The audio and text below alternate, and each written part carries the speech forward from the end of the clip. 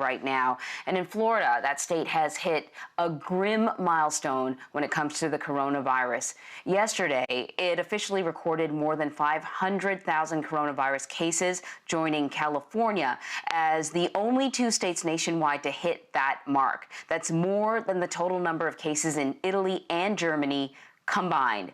So Dr. Ron Elfenbein is joining us now to provide a little bit of insight here. Doctor, you're an emergency care physician in Maryland. So doctor, I want to start with something that the president said that got him into a bit of hot water. His assertion that children were almost immune from the virus. Of course, he's saying this as we are seeing schools opening across the country, and we're seeing spikes in cases at various schools. I think I just saw one Mississippi school or district where, it's been open for a week and they have 116 cases or something along those lines. So can we just talk about the science here? How are children affected by the coronavirus? Well, good morning, Emery. It's a complicated topic, and it's not quite so simple. For some reason, 10 years old seems to be kind of the magic number that the science sort of has shown us, that kids under 10 really don't get it very often. In fact, very rarely get it at all. And if they do get it, they're asymptomatic, basically.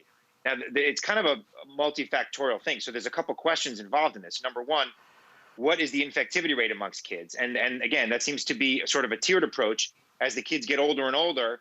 And again, 10 seems to be that magic number, but there's also 16 years old also seems to be an interesting number. They become more susceptible to catching the virus. But then what's the infectivity rate? What's their ability to spread it to somebody else? We don't really know yet. And that's kind of the difficult part about this whole thing, is that we don't really understand the science behind all this.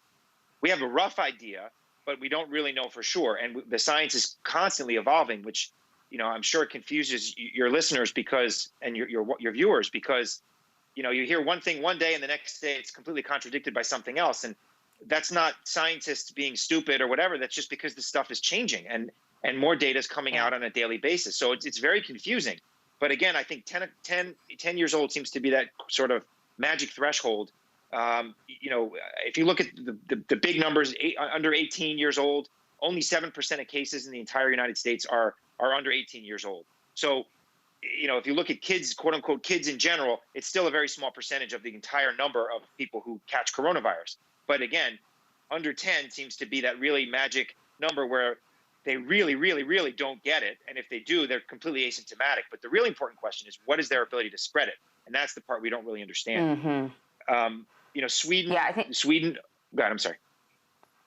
No, go ahead. I want to hear what you had to say about Sweden. I was just going to say, Sweden opened up their schools, and they said basically anyone under 16 years old can go to school, and anyone over 16 has to do e-learning.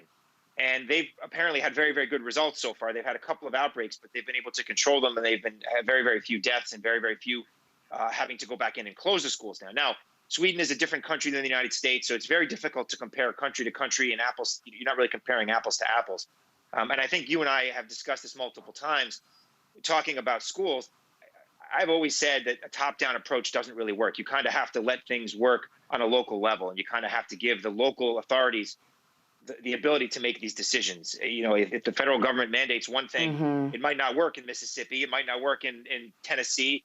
They're different states, different people, different areas. Some are rural, some are urban. You can't really make a one-size-fits-all recommendation. Yeah, I think that's a very good point. And we're not just talking for me, and you can sort of, see if you agree with me. Well, when you say local, it's not just it's certainly local to your city, local to your school district, but also I think sort of local to your home.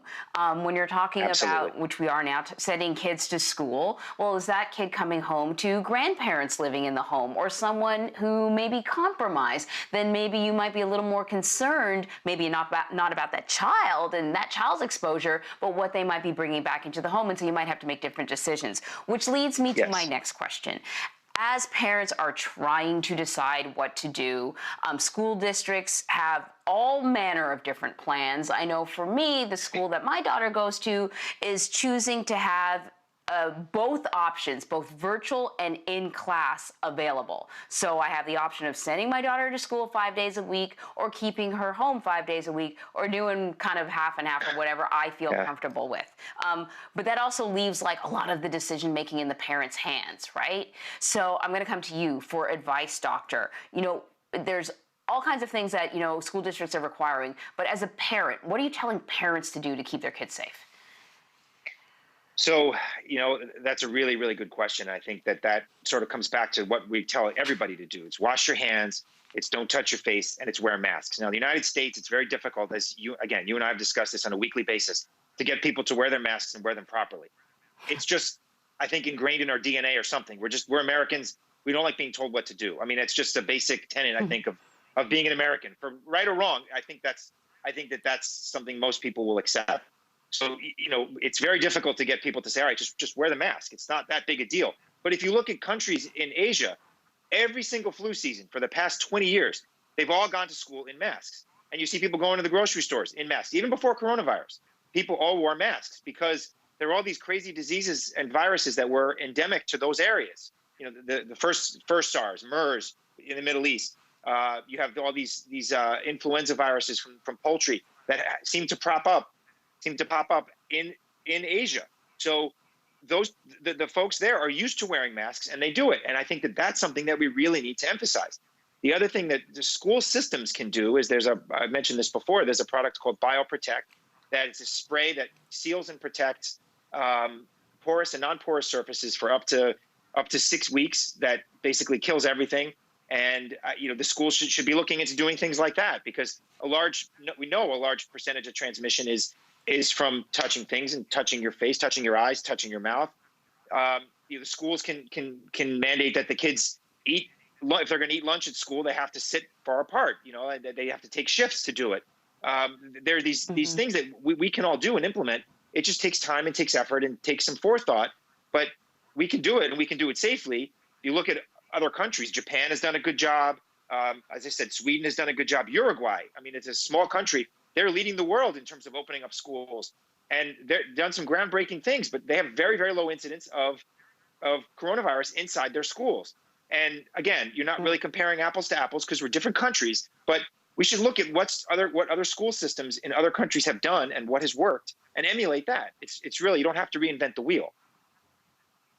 Yeah, I think that's all great stuff. And, I often bring up my daughter's school, so I just want to point out that it is an excellent school. And one of the things that they have been doing is not only doing all the research that you're talking about, but also incorporating the parents in that conversation. They recognize that here in Pennsylvania, we're in one phase, but we could very easily revert back to another phase. And they are keeping the lines of communication open and making sure that we understand that we all have to be flexible, because at any moment, regulations or restrictions or guidelines could change. And I think that's sort of the key there. And you always keep the lines of communication open with us. You're always here with us to, dig into the science and just sort of keep us level. Dr. Ron Elfenbein, thank you so much. Thank you. Stay safe and have a good day.